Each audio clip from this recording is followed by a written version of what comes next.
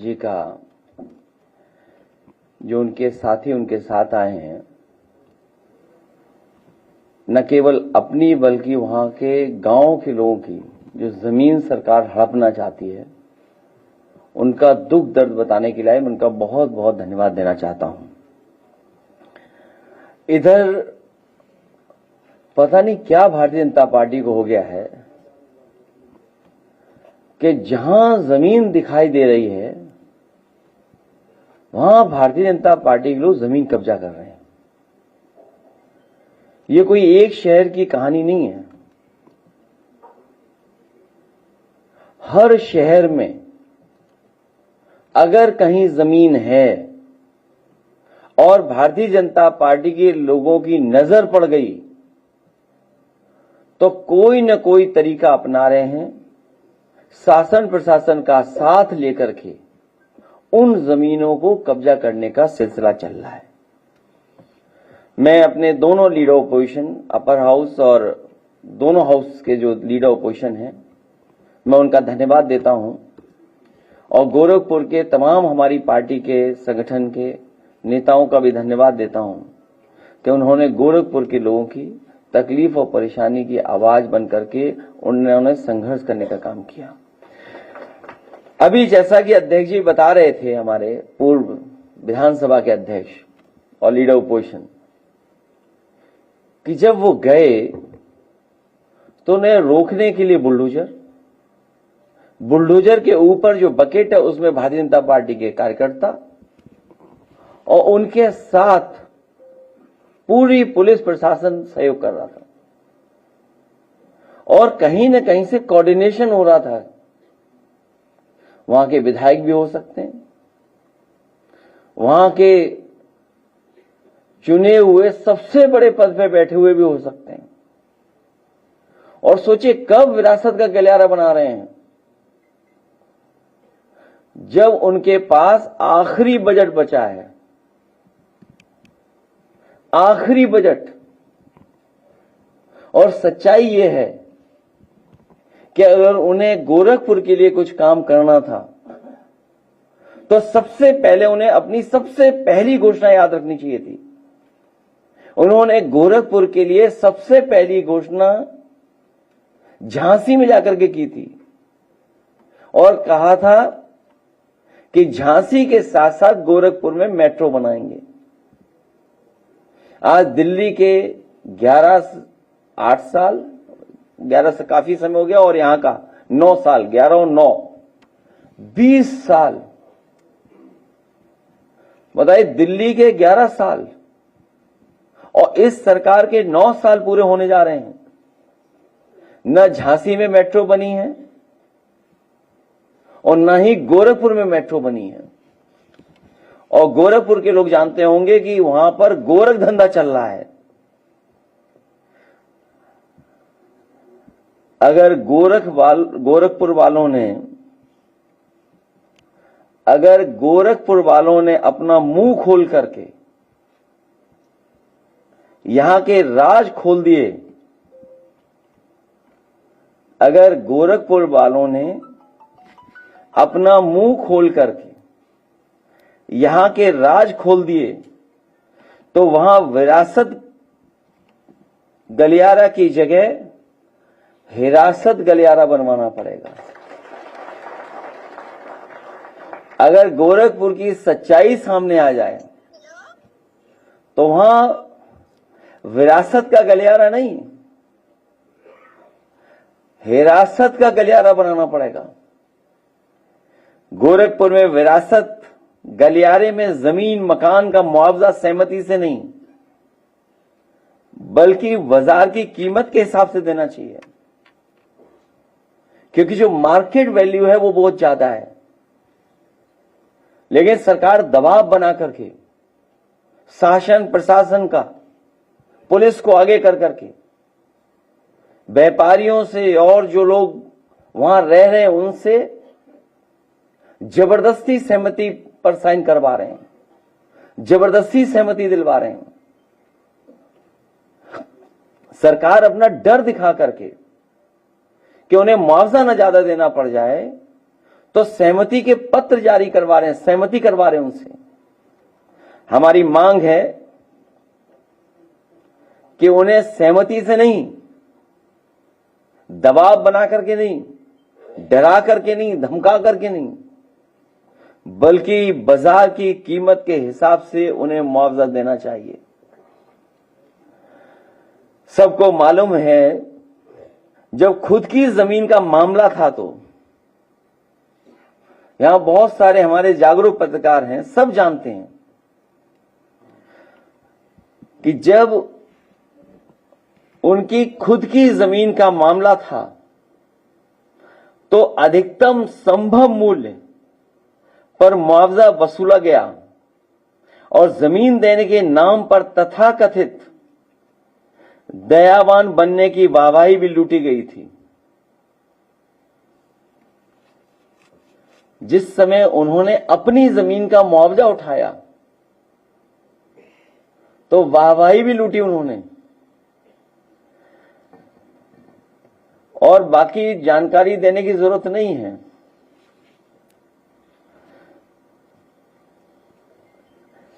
कि कितना मुआवजा उन्होंने उठाया होगा। सच्चाई तो यह है कि कॉरिडोर के नाम पर एक बहुत बड़ा भाजपाई लूट तंत्र सक्रिय है, जो तरह तरह के बहाने करके आसपास के लोगों की जमीन औने पौने दाम में ले लेते हैं और बाद में ऊंचे दामों में बेच देते हैं, और या फिर उनसे दबाव बना करके जमीन छीन करके उस पे कैसे ज्यादा मुनाफा कमाएं, कारोबार करने का काम कर रहे हैं। इस खेल में कुछ गिने चुने भाजपाई मलाई काट लेते हैं, लेकिन स्थानीय जनता के साथ धोखा हो रहा है, उनके हाथ खाली रह जा रहे हैं और वो अपने को ठगा महसूस करते हैं। इसलिए अयोध्या और प्रयागराज में भाजपा लोकसभा हारी और बनारस में हारते हारते बची है। अब अगला नंबर मथुरा और गोरखपुर का है। और एक बात तो इतने दिनों में सब जान गए हैं कि भाजपा के लोग किसी के सगे नहीं हैं। केवल गोरखपुर में गोरख धंधा नहीं चल रहा है, वो गोरख धंधा की जो आदत थी वो लखनऊ में भी दिखी।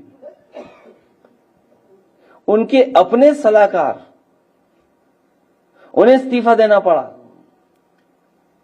और पीछे ही पीछे हाथ मिलाए हुए थे जाने किससे। आखिरकार जिनसे हाथ मिलाया हुआ था वो भारत देश में कि भारत देश छोड़ के चले गए। वो भी केवल वो ही नहीं, और भी वहां छिपे हुए लोग बैठे हैं जो जमीनों का काम कर रहे हैं। अपने गांव के आसपास कैसे जमीन हड़पी जाए उसके लिए बैठ करके यहीं पर लखनऊ में हमारे आपके हॉल से ज्यादा 800 मीटर दूर यही कार्यक्रम चलता है कि जमीन को कैसे कब्जा किया जाए। ये तो गोरखपुर के लोग जानते होंगे कि सबसे ज्यादा रजिस्ट्रियां किसके नाम पर हुई हैं। कई सौ एकड़ जमीन छीनी जा चुकी है, दबाव बना करके सस्ते पैसे में गरीबों से रजिस्ट्री कराई जा चुकी है। जो लोग पूरे प्रदेश का भ्रष्टाचार किए खुलासा करते फिरते हैं, उन्हें अपने नाक के नीचे गोरख धंधा नहीं दिखाई दे रहा है। और इसलिए नहीं दिखाई दे रहा है क्योंकि उस गोरख धंधा में वो खुद या उनके लोग जो बहुत ही खासम खास हैं वो शामिल हैं, क्योंकि उन्हें जमीन के साथ साथ सोने से भी बहुत प्यार रहे। केवल ये जमीन का मामला तो है ही है, फर्जीवाड़ा गोरख धंधा Sisodia nursing and paramedical college में भी हुआ है, जहां कई सौ बच्चे घूम रहे, उन्हें डिग्री कहां मिलेगी, उनकी फीस जमा हुई थी, डिग्री मिलेगी कि नहीं मिलेगी। अभी सुनने में आया है, सच्चाई क्या है, शायद उत्तर प्रदेश के मुख्यमंत्री ने रिकॉर्ड बनाया होगा अपने गृह जनपद जाने का। कोई मुख्यमंत्री इतना अपने गृह जनपद नहीं गया होगा जितना ये मुख्यमंत्री गए हैं। जनता दरबार लगता है, जनता दरबार लगता है, जनता की सुनवाई होती है, लेकिन उसके बावजूद भी सुनने में आया है कि 17 साल की नाबालिग यूट्यूबर के साथ रेप की घटना हुई है। अखबारों में भी छपा है और बहुत ही करीब व्यक्ति है भारतीय जनता पार्टी का ये, जिसने घटना की है। हालांकि उस मामले में आपसे बेहतर कोई नहीं जानता कि भाजपा क्या क्या कर रही है।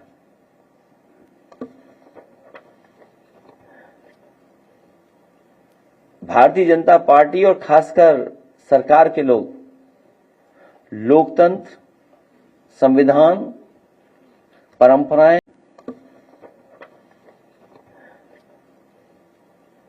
भारतीय जनता पार्टी और खासकर सरकार के लोग लोकतंत्र, संविधान, परंपराएं, उनको किसी को नहीं निभाते इन लोग। क्या आप कल्पना कर सकते हैं, 2 हाउस के सबसे सीनियर लीडर्स विपक्ष के वो जाएं और उन्हें रोका जाए और प्रशासन नहीं रोक रहा, प्रशासन के साथ साथ भारतीय जनता पार्टी के लोग रोक रहे हैं। ये वो समय याद दिला रहे हैं जो हिटलर के समय होता था। हिटलर भी अपने साथ कोई दूसरा काम कराने के लिए अपनी पार्टी के लोगों को भेजता था, पुलिस की ड्रेस में, वर्दी में। इन्होंने वर्दी में तो नहीं भेजा, लेकिन एक चिन्ह भेज दिया, चुनाव चिन्ह बनता लग जा रहा है, लगता है इनका। जो अन्याय का प्रतीक है, और ये हम नहीं कहते हैं, कोर्ट तक ये कह रहा है कि अन्याय का प्रतीक बनता जा रहा है बुलडोजर। सोचिए, बुलडोजर में आज के समय पे लोकतंत्र में 2 लीडर अपोजिशन को रोक रहा है और उसके ऊपर बैठे बीजेपी के कार्यकर्ता अंडा फेंक रहे हैं, झंडा दिखा रहे हैं। मैं अपने कार्यकर्ताओं को बधाई देता हूं कि न वो बुलडोजर से डरे, न वो अंडों से डरे और न काले झंडों से डरे। और जब उनका काला झंडा दिखाई दिया तो हमारे साथियों ने काला झंडा भी छीना और उनका काला छाता भी छीन लिया जो दिखाना चाहते थे। हम लोग लोकतंत्र पर भरोसा करते हैं, संविधान पर भरोसा करते हैं, कानून पर भरोसा करते हैं। हम दोनों लीडर ओपोजिशन से कहेंगे कि जो वहां के डीएम हैं, एसएसपी हैं, जो अधिकारी हैं, उनके खिलाफ लिख करके कार्रवाई मांग कीजिए, लिख करके। अगर उनके खिलाफ आज कार्रवाई नहीं होती है तो जब जनता समाजवादियों को मौका देगी तो उस समय उन पर कार्रवाई होना निश्चित है, कार्रवाई होगी उनके ऊपर। और व्यापारी भी अगर हिम्मत जुटाएं, ये कहें कि हम पे दबाव बनाया जा रहा है, सहमति के लिए हमें दबाव बना रही है सरकार, अगर वो भी व्यापारी लिख करके देंगे तो ऐसे अधिकारियों के खिलाफ समय आने पर कड़ी कार्रवाई की जाएगी। मैं धन्यवाद देता हूं एक बार फिर अपने समाजवादी साथियों का, जिन्होंने संघर्ष करने का काम किया। अब ज्यादा संघर्ष नहीं करना है, आप सब लोगों को मन बना करके गोरखपुर से गोरख धंधा करने वालों को हटाने का काम करना है। साथ ही साथ मैं विद्याधर जी का और उनके साथियों का धन्यवाद देता हूं कि उन्होंने तमाम किसान गरीबों की आवाज उठाने का काम किया। और जब समाजवादी सरकार थी कभी भी इस तरह का दबाव नहीं बनाया गया। लखनऊ में जब मेट्रो बनी तो बहुत सारे लोगों की प्रॉपर्टी बीच में आई, उन लोगों को मुआवजा देकर के, अच्छा मुआवजा देकर के उन जमीनों को लिया गया। आगरा लखनऊ एक्सप्रेस उदाहरण है, जिस समय लैंड एक्विजिशन एक्ट नहीं आया था उस समय भी किसानों से जमीन ली गई, और किसानों से जो जमीन ली गई वो सर्किल रेट बढ़ा करके ली गई। कई बार हम लोगों ने आपको उदाहरण दिया यहीं पर बैठ करके कि जब पुराने लखनऊ में घंटाघर के पास मुझे बिजली घर शिफ्ट करना था और उसके लिए जमीन उपलब्ध नहीं थी, तो उस जमीन को उपलब्ध कराने के लिए मार्केट वैल्यू मुझे देनी पड़ी, तो हम लोग पीछे नहीं हटे। 30 करोड़ से ज्यादा मार्केट वैल्यू दे करके सब स्टेशन के लिए जमीन ली गई। ये केवल एक दो उदाहरण नहीं, न जाने कितने मैं उदाहरण दे सकता हूं, जहां पर सरकार को अगर जमीन की जरूरत पड़ी तो मार्केट वैल्यू के हिसाब से और जो बाजार भाव है उसके हिसाब से जमीन दी गई। हम लोग किसी भी डेवलपमेंट के खिलाफ नहीं है, लेकिन जिनकी जमीन जा रही है, जिनकी रोजी रोटी जा रही है, जिनका पुश्तैनी घर जा रहा है, जिनको आप डरा धमका करके, जिनके पास अगर कागज नहीं है, कोई कानूनी चीज नहीं है, तो आप डरा धमका करके जमीन छीन रहे हैं, इसके खिलाफ है हम लोग। और हम भरोसा दिलाते हैं गोरखपुर के लोगों को, इन्होंने तो कुछ काम खास किया नहीं है। समाजवादी लोग आएंगे तो इनका जो फर्जी विरासत का गलियारा बन रहा है, विकास का गलियारा बनाएंगे, जिससे लोगों को रोजी रोटी मिले। वहां आज भी बड़ा कारखाना जो चल रहा है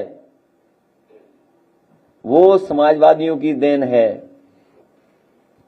गोरखपुर में कई कारखाने जो चल रहे हैं, नेताजी जब मुख्यमंत्री थे उस समय की कई योजनाओं के परिणाम की वजह से बड़ा कारखाना लगा और चल रहा है। ये जमीन का मामला केवल एक जिले का नहीं है, हर जिले में भारतीय जनता पार्टी के लोग कब्जा कर रहे हैं। सुनने में आया लखनऊ में कई तालाब कब्जा हो चुके हैं। हालांकि हमारे मुख्यमंत्री जी को जानकारी नहीं है कि गूगल मैप भी होते हैं, सैटेलाइट मैप भी होते हैं।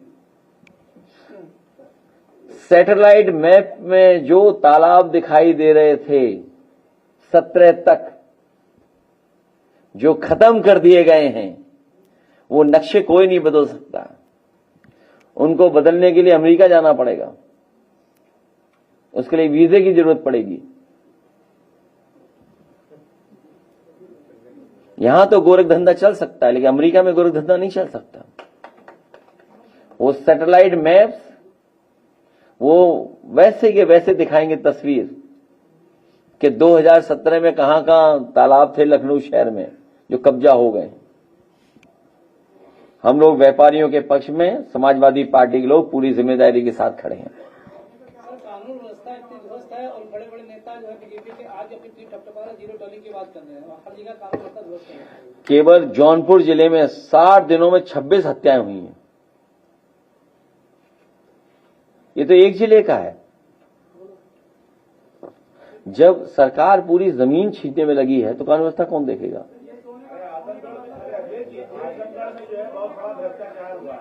सोना बहुत कीमत बढ़ती जा रही है, उसका कारण कुछ लग रहा है कि जिन्हें जमीन से प्यार है उन्हें सोने से भी प्यार है। आजमगढ़ में जो है भ्रष्टाचार पूरा बीजेपी के जो जिलाध्यक्ष है उन्होंने बोला है, कहा कि स्वास्थ्य विभाग में सीएमओ जो है पहले तो ये सब नर्सिंग होम है, आउटसोर्सिंग पे जितने लोगों की भर्ती कर रहा है, पैसे ले लेके कर रहा है। दिलीप सिंह ने जो है बीजेपी के जिलाध्यक्ष है, उन्होंने मोर्चा खोल दिया है बीजेपी के खिलाफ। अच्छा, जब मैं बात गोरखपुर की कर रहा हूं तो आजमगढ़ क्यों जा रहे हो?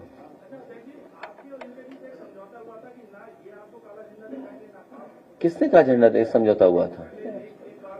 नहीं, कभी कोई समझौता नहीं हुआ, कोई समझौता नहीं हुआ, कोई किसी तरह का कोई समझौता नहीं हुआ। नहीं, वो तो विरोध करने का एक तरीका है।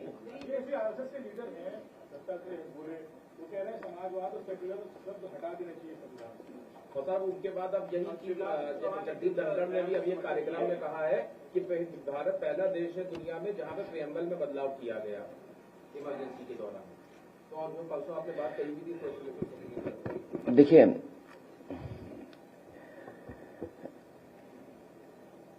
ये बहस बहुत पुरानी है। जो लोग आरक्षण को हटाना चाहते हैं, जो लोग आरक्षण के विरोधी हैं, जो लोग संविधान के विरोधी हैं, वो सीधे ये न कह करके वो सेकुलर और सोशलिज्म के खिलाफ बोलते हैं। तमाम वो लोग जो आरक्षण के खिलाफ हैं संविधान के खिलाफ हैं, भाईचारे के खिलाफ हैं। वो सीधा ना बोल करके जानबूझ करके सेकुलर और सोशलिस्ट के खिलाफ अपना समय समय पर विचार रखते हैं, क्योंकि सीधे सीधे कहने में उन्हें लगता है कि उनको अब वोट खिसक जाएगा, उनके गठबंधन के साथी खिसक जाएंगे। और जिस समय भारतीय जनता पार्टी का गठन हुआ था, हालांकि हमारे मुख्यमंत्री जी बीजेपी के सदस्य नहीं हैं, वो केवल चुनाव के लिए सदस्य बनते हैं,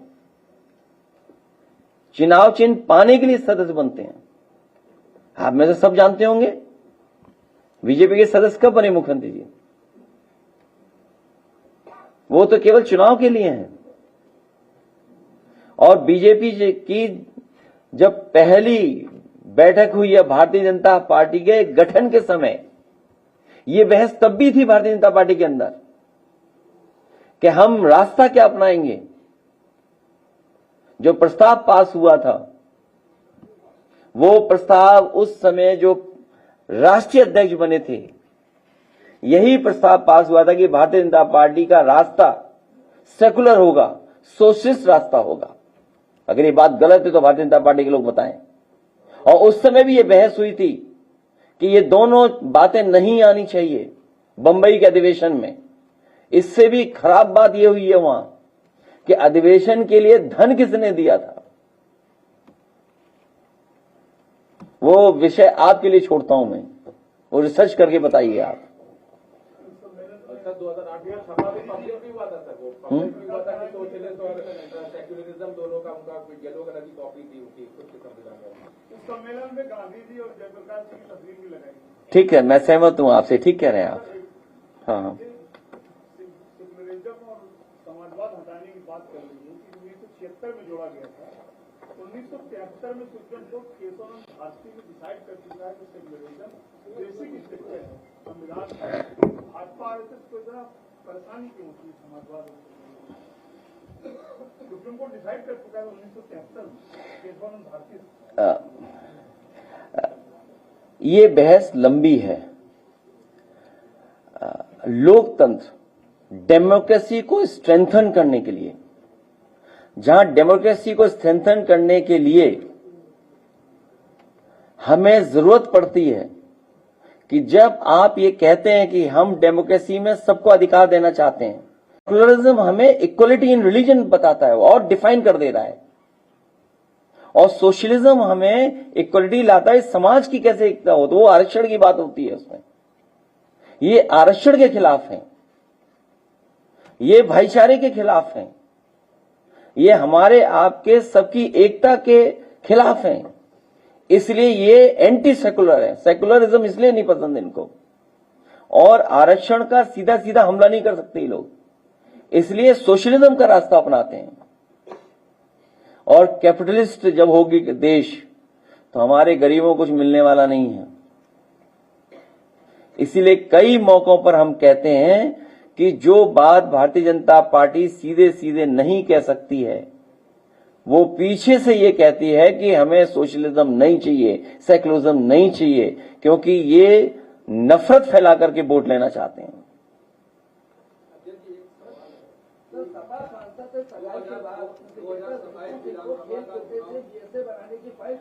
मैं आपसे जानना चाहता हूं कि गोरखपुर का इतना महत्वपूर्ण मसला है जहां पर व्यापारियों की जमीनें छीनी जा रही हैं, अपने लोगों को लाभ पहुंचाया जा रहा है, जब मुख्यमंत्री जी अपने ही क्षेत्र में जहां से चुने गए हैं या अपने ही गृह जनपद के लोगों को न्याय नहीं दिला सकते, तो उत्तर प्रदेश जनता को कौन सा न्याय मिलेगा?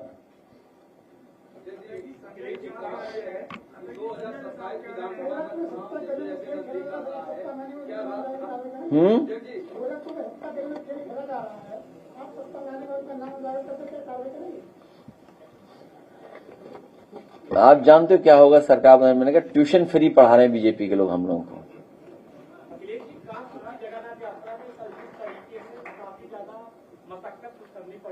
उसके बाद जब मुख्यमंत्री का बात आती है तो पूरे मामले को आप कैसे देखते हैं? किस चीज को? जगन्नाथ यात्रा में जिस तरीके से कल किया गया हंगामा, वहां क्यों जा रहे हो? उन्नाव में देखो आप क्या हुआ। उन्नाव में सुनने में आया घटनाएं बहुत हुई हैं। तो लॉ एंड ऑर्डर क्या है? जब धार्मिक यात्राओं को भी सुरक्षा नहीं दे पा रही सरकार।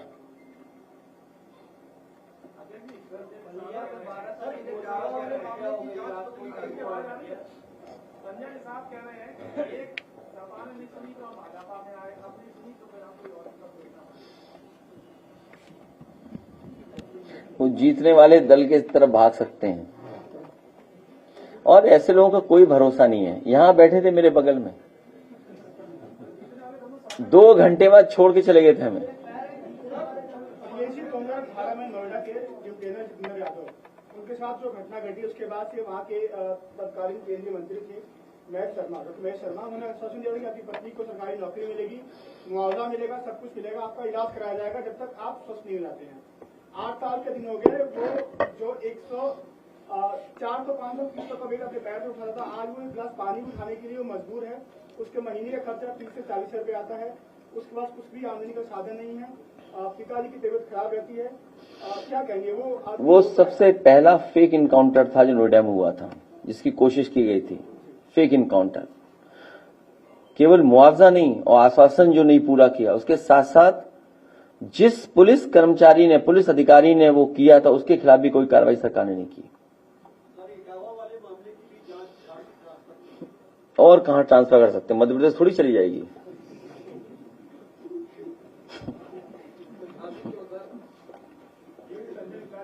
उसमें भारतीय जनता पार्टी और आरएसएस के लोगों ने जाकर के उस घर परिवार के लोगों को बिगाड़ा है। आप जानकारी करिए। और कथा ये पहली बार उस गांव में नहीं हुई, पहले भी जिन्होंने कथा की थी वो किस जाति के थे, अगर ये सवाल उठता है तो।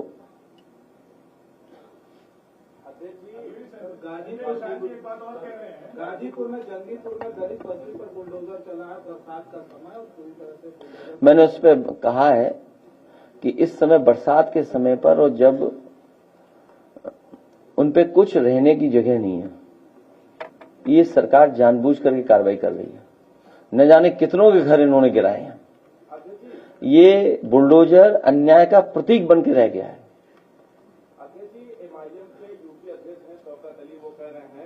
कथावाचक किताबों वालों को बुला लिया, अलीगढ़ में जिन लोगों को मारने की कोशिश की गई जान से, उन लोगों को अखिलेश यादव अपने यहाँ क्यों नहीं बुलाया? हमारी पार्टी के लोग गए थे वहां, हमारी पार्टी के लोग गए थे वहां। क्यों गोरखपुर का मुआवजा नहीं मिलने दोगे व्यापारियों को? गोरखपुर से सटे हुए जिले में एयरपोर्ट का उद्घाटन हुआ था, वहाँ से उड़ानें बंद हो गई, और कई जिलों में एयरपोर्ट का उद्घाटन हुआ था, वहाँ से उड़ानें बंद हो गई। हमारे यहाँ फव्वारे भी चोरी हो गए हैं, कहीं गोरखपुर में तो नहीं लग गए हैं? नहीं, दुख इस बात का है कि गोरखपुर का सेक्रेटरीट बढ़ा ही नहीं है। और जब जमीन लेनी थी अयोध्या में, उस समय भी सेक्रेटरीट नहीं बढ़ा। जब बीजेपी के लोगों ने जमीन ले ली, उसके बाद सोचिए 200% सेक्रेटरीट बढ़ गया। इसका मतलब ये मुनाफा किसको पहुंचा रहे हैं? इसी तरह गोरखपुर में ये जमीन जब अपने लोगों को ये दिला देंगे, उसका फिर सेक्रेटरीट बढ़ा देंगे। विधानसभा का चुनाव जैसे जैसे नजदीक आ रहा है, क्या राष्ट्रवाद बनाम जातिवाद की लड़ाई आगे देखी जाएगी? क्योंकि कुछ लोग कह रहे हैं हम राष्ट्र के साथ हैं, कुछ लोग कह रहे हैं ये जात को बढ़ावा दे रहे हैं, तो ये किस दिशा में जा रहा है? वो लोग जातिवादी हैं जिन्होंने भगवान श्री राम जी की जाति बताई, वो बहुत घोर जातिवादी लोग हैं।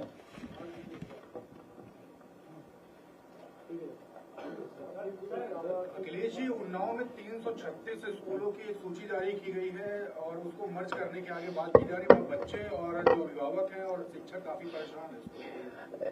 इन्होंने वो स्कूल आइडेंटिफाई किए हैं जिन स्कूलों में बूथ भारतीय जनता पार्टी हारती थी।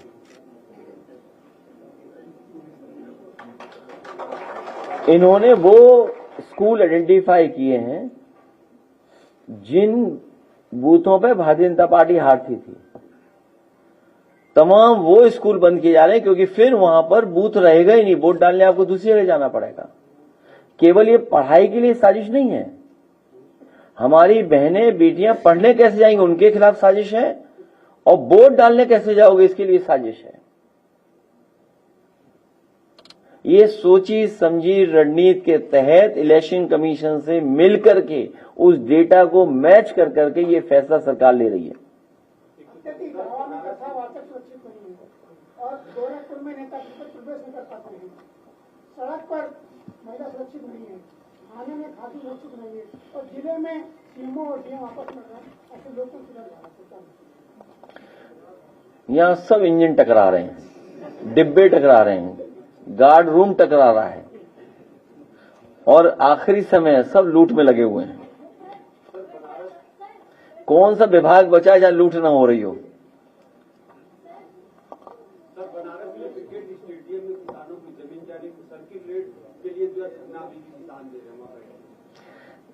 ये मांग सबकी है कि जो मार्केट वैल्यू है या जो लैंड एक्विजिशन एक्ट है उसके तहत मुआवजा मिलना चाहिए, क्योंकि जब मार्केट वैल्यू के हिसाब से आप मुआवजा नहीं देते हैं तो विरोध होता है। आप विकास के खिलाफ कोई नहीं है, लेकिन कम से कम उन लोगों के लिए न्याय तो करो आप।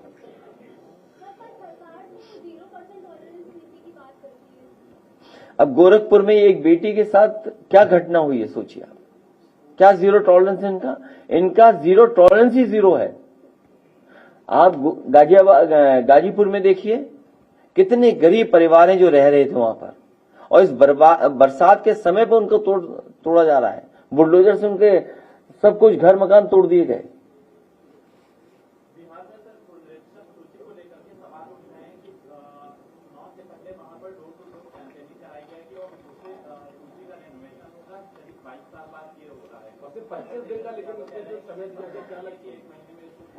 Bharatiya Janata party election commission से मिलकर के कोई न कोई नया षड्यंत्र अपनाती है। जैसे एग्जाम्पल इस साथी ने जो सवाल पूछा है प्राइमरी स्कूल का, कन्नौज में जो स्कूल मर्ज हो रहे हैं, जो स्कूल हटाए जा रहे हैं, उनमें एक भी भारतीय जनता पार्टी बूथ नहीं जीतती। और कहां लगा रहे हैं? जहां थोड़ा बहुत भारतीय जनता पार्टी का वोट है वहां। आपने कुंदरगी का चुनाव तो देखा होगा, कानपुर का चुनाव भी देखा होगा, बाई इलेक्शन आपने, मीरापुर का चुनाव भी देखा होगा आपने। ये जितने फैसले हो रहे हैं सब पॉलिटिकल फैसले हो रहे हैं, इलेक्शन कमीशन से मिलकर हो रहे हैं। हम लोगों ने शिकायत की थी, गोरसाईगंज चेयरमैनी का चुनाव था, भारतीय जनता पार्टी के लोगों ने मशीन लगाई हुई थी आधार कार्ड बनाने की, मशीन लगाई हुई थी, उसका वीडियो रिकॉर्ड है, कई 100 आधार पकड़े गए, कोई कार्रवाई नहीं हुई किसी पर। कोई कार्रवाई हो तो बताओ आप। और सीसीटीवी में सब कैच है, सब कुछ कैच है, उसमें सब कुछ है, उसके अंदर रिकॉर्डिंग है।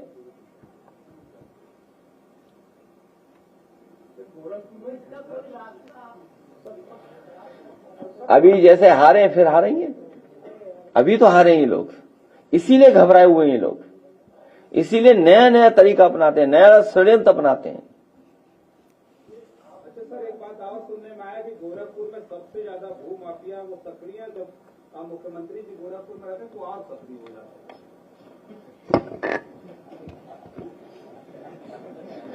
सीसीटीवी में सब कैच है, सब कुछ कैच है, उसमें सब कुछ है, उसके अंदर रिकॉर्डिंग है।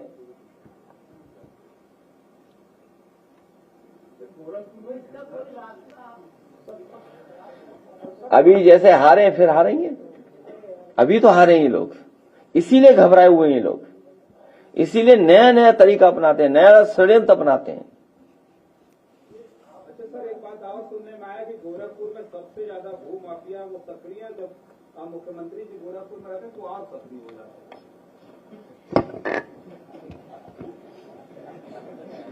कहीं ऐसा तो नहीं कि मुख्यमंत्री जी के लिए कह रहे हो कि यही सबसे बड़े भूमाफिया हैं?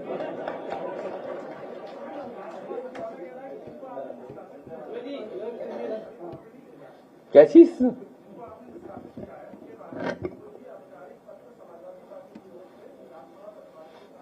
आज चला जाएगा, आज चला जाएगा, पत्र में क्या है। बलिया आप पर बड़ा भरोसा करता है। बलिया में गोलू यादव की हत्या हुई, 12 साल का बच्चा था, उसको रात में मार दिया गया चाकू से गोद करके, और वहाँ के सांसद भी आपके पार्टी से और वहाँ के विधायक भी आपके पार्टी से। उस परिवार को न्याय मिले और जिसने भी घटना की है उसके खिलाफ कड़ी से कड़ी कार्रवाई हो।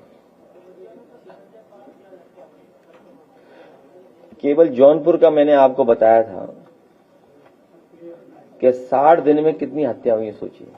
और उत्तर प्रदेश न केवल हत्याओं में बल्कि दलितों के खिलाफ अन्याय में, महिलाओं की सुरक्षा को लेकर के सबसे ज्यादा उत्पीड़न अन्याय महिलाओं के साथ हो रहा है। और वो आंकड़े सरकार के बता रहे हैं, एनसीआरबी के आंकड़े बताते हैं।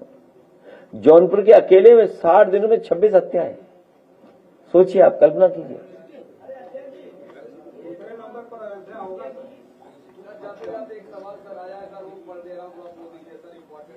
क्या है?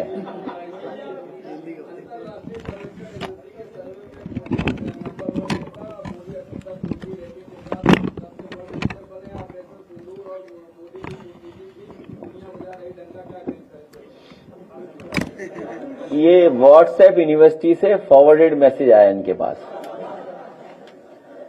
और डंका तो तब बजता नजर आया जब प्रेस का स्थान भी नंबर 1 हो दुनिया में। आप लोग कहां खड़े हो? हैं? 152 में। सोचिए आप खुद कहां खड़े हो?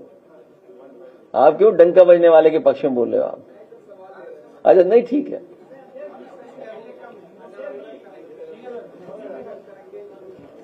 कौन सा सम्मेलन करेंगे?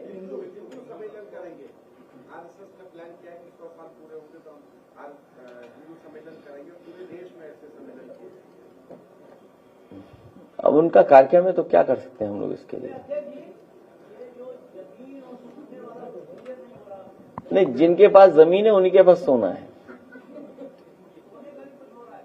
नहीं, सोने में यह है कि इधर रेट बहुत बढ़ गया है और सोना सोचिए कहां पहुंच गया। सोना कहां पहुंच गया सोचिए आप। तो कुछ लोगों को पता है कि मुनाफा कहां पर है, मुनाफा कहां पर है और कहां रखा जा सकता है मुनाफे का। और जहां तक सोने का सवाल है, मैंने आपसे कहा कई प्रतिमाएं जो समय समय पे हम लोगों ने महापुरुषों की सोने की बनाने का फैसला लिया है। इसी गोमती रिवर फ्रंट पे आप देखेंगे कि कई महापुरुषों को सम्मान में हम लोग प्रतिमाएं लगाएंगे। तो किसी की सोने की तलवार होगी, किसी का सोने का भाला होगा, किसी का सिंहासन सोने का होगा। हैं?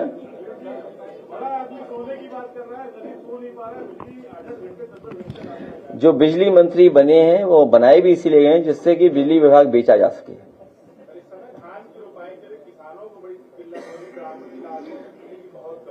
मक्के का सर्वे मुख्यमंत्री जी ने हेलीकॉप्टर से किया था और हाईवे पे कहीं देख लो सड़कों में मक्का सूख रही, वो दिखाई नहीं दे रही इन्हें। केवल यही नहीं बेचा इन्होंने, अभी सुनने में आया है प्लांट चलाने के लिए, कन्नौज का प्लांट चलाने के लिए, आपका कानपुर का प्लांट चलाने के लिए जिसके सबसे ज्यादा बजट उत्तर प्रदेश सरकार में समाजवादियों ने दिया, और अंबेडकर नगर का फॉर्डर का जो उनका जानवरों का उसके लिए जो प्लांट लगा था वो भी सरकार ने अपने हाथ से हटाकर दूसरे को दे दिया सोचिए चलाने के लिए। राजभर जी ने कहा है कि जिसकी जाति है वो काम करना चाहिए। केशव प्रसाद मौर्य जी की जाति पर बोला कि मौर्य समाज का आलू घंटा होना क्या? मौर्य समाज को आलू घंटा होना। ये भी कहा कि यादव जब ब्राह्मण का काम करने लगेगा। उनका नाम है ओपी रातभर।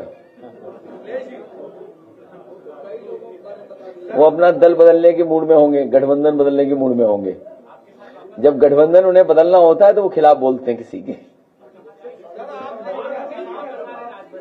किसानों की समस्याएं बताई, व्यापारी की बताई कि भाई ये समस्या उनकी जमीनें ली जा रही हैं, तो आप ये भी क्लियर करिए ना उनको कैसे न्याय दिलाएंगे आने वाले समय में। कोई भी सुझाव सरकार को नहीं देंगे, कोई भी सुझाव हम सरकार को नहीं देंगे। 1 साल बाद 1.5 साल बाद जब सरकार बनेगी तो अच्छे काम करेंगे। अरे आप वो दिखाई नहीं था सब अच्छे काम किए समाजवादियों ने।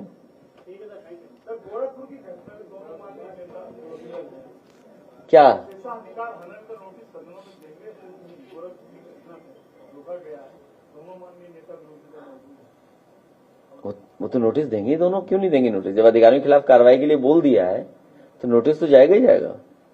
आप लीडर पोजीशन कैसे रोक सकते, सोचिए आप। लीडर पोजीशन को रोक रहे हैं, सोचिए आप।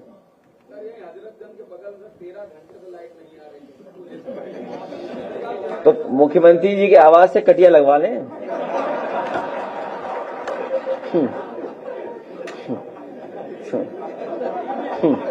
उनके यहाँ तो 24 घंटे आ रही होगी।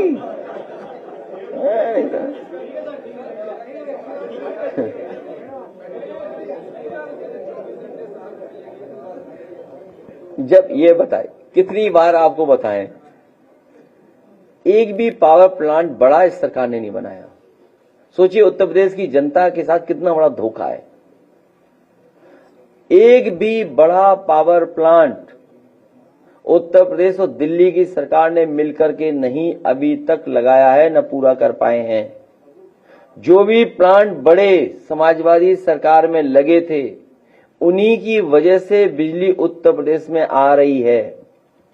चाहे वो ललितपुर का हो 3x660 super critical thermal plant, चाहे हरदोईगंज का हो सुपर क्रिटिकल थर्मल प्लांट, चाहे पनकी का थर्मल प्लांट हो सुपर क्रिटिकल, चाहे आपका एटा का हो, चाहे आपके इलाहाबाद के हो 12 के, तो ये तमाम बिजली के कारखाने समाजवादी सरकार के समय पर लगे थे। वही बिजली उपलब्ध उत्तर प्रदेश को हो रही है।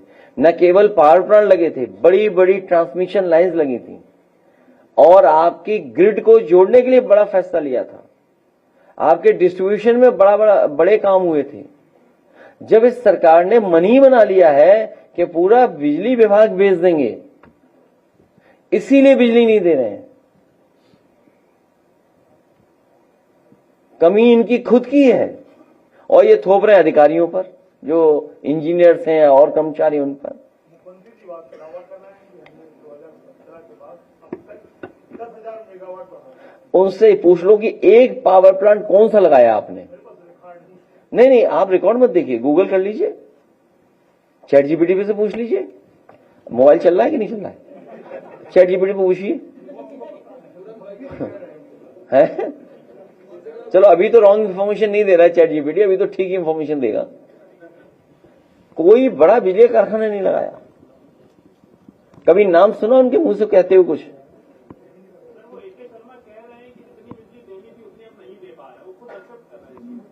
तो बिजली खरीदे, लोगों पे दबाव बना रहे हैं। ना बिजली जब इतनी महंगी कर दी तो बिजली किसकी वजह से महंगी हुई है?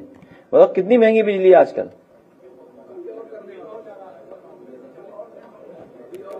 और जितनी आने वाले समय में बिजली की खपत बहुत बढ़ेगी,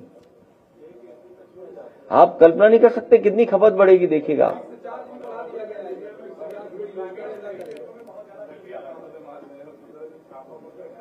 इतना सब कुछ बिगाड़ दिया है कि सुधारने में भी न जाने कितना समय लगेगा। 9 साल में इन्होंने 20 साल का बिगाड़ दिया सब कुछ।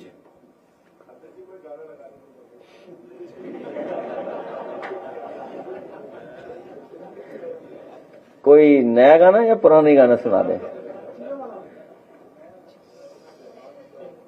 नहीं, इतनी सीरियस बात हो रही है। सोचिए, चल के आए हमारे चंदौली के, बंदरगाह बना रहे हैं, मतलब पानी तो है नहीं, चलेगा कहां पानी का जहाज? वो कहां से चला लोगे? कोई आपके ड्रेजिंग नहीं है, कोई प्रॉपर इंफ्रास्ट्रक्चर नहीं है, बस अपने लोगों को ठेका मिल जाए, कमा लें, बस इसलिए काम हो रहे हैं। आप खुद सोचिए, गंगा साफ हो गई क्या? और पानी खत्म हो गया नदियों में, देखिएगा अभी आप। अभी तो चलो बारिश है तो पानी दिखेगा, लेकिन जब पानी नहीं रहता तो कैसे चलाओगे आप पानी का जहाज?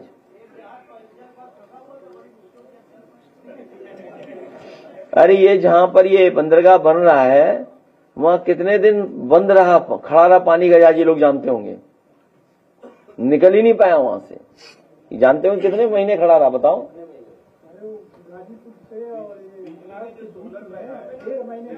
1 महीने से ज्यादा खड़ा रहा, 1.5 महीना खड़ा रहा। सोचिए आप, 6 महीने खड़ा रहा। सोचिए आप, ये बहुत कम है। सोलर प्लांट पे, सोलर जो लग रहा है घरों में, जो 30,000 रुपए मात्र दे रही है सब्सिडी, जबकि सेंट्रल गवर्नमेंट 78,000 रुपए दे रही है। तो यूपी गवर्नमेंट एक तो बढ़ा नहीं रही है सब्सिडी और 6 महीने में दे रही है। सरकार अपना बजट और डाले, इसमें बजट और बढ़ाए जिससे सब्सिडी दे सकें।